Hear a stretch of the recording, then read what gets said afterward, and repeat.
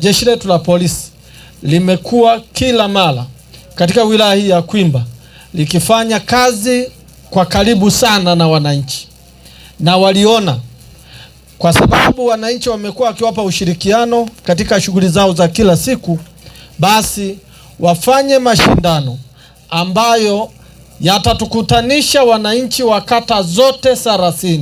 Pale tunapoona vitendo ambavyo ni viovu vinafanyika kwenye maeneo yetu, tusisite kuwaambia. Na kwa sababu katika mfumo wa nchi yetu kwa sasa, kila kata imewekewa askari ambaye aidha ni mlezi au ni msimamizi wa shughuli za kila siku. Lengo kubwa ni katika kuhakikisha kwamba tunahamasisha na kuwaomba wananchi tuendelee kudumisha amani na utulivu wa nchi yetu. Jeshi la polisi litakuwa pamoja na nyinyi, na msimamizi wa polisi jamii yuko hapa, Isa. Mara nyingi amekuwa akifanya mikutano mbalimbali, na sisi tumeona faida. Wilaya yetu ni tulivu, na sasa tumemaliza kuvuna mazao, lakini hakuna matukio yale mabaya. Dhumuni la mashindano haya kwanza ni kuwaunganisha vijana wawe pamoja, na vijana wakiwa pamoja kwa kushirikiana na sisi katika haya mashindano yanaweza yakawaondolea mambo ya kiuhalifu, kwamba wao wakiwa pamoja wakafanya mazoezi pamoja wakaelewana, si ndio? Uhalifu kwa wilaya kwetu ya Kwimba inaweza ikafanya nini, kwa umepungua, na tukiwa karibu nao tunaweza tukapata taarifa za kiuhalifu zinazotendeka kwenye maeneo ya kwao. Kupitia michezo hii tunaweza kupunguza uhalifu katika maeneo yetu tunavyokuwa nao karibu, kupitia dhana yetu ya vijana na maendeleo ya polisi jamii. Tunakuwa nao karibu vijana ili waweze kutupa sisi tunakitafuta sana ni taarifa tu za uhalifu na wahalifu katika maeneo yetu.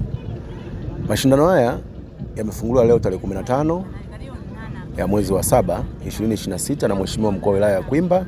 Tunategemea kwa mujibu wa kalenda yetu tutahitimisha siku ya tarehe 25 mwezi wa 8 ambayo ni siku ya polisi jamii Tanzania mzima. Tumeanzisha na kuzindua mashindano haya ikiwa ni mahususi kabisa. Ukiangalia katika polisi jamii kuna mradi wetu wa michezo kwa vijana.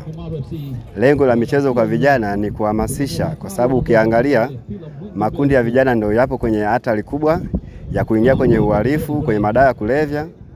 Kwa hiyo kupitia hii michezo tunakusanya vijana wengi, tunakusanya makundi mengi, tutaweza kutoa elimu ya madawa ya kulevya, umuhimu wa kutunza amani katika jamii, lakini hata ulinzi jirani wafanye vipi. Tutatoa elimu zote hizo kupitia mashindano. Tunawashukuru polisi jamii kwa kuandaa mashindano haya.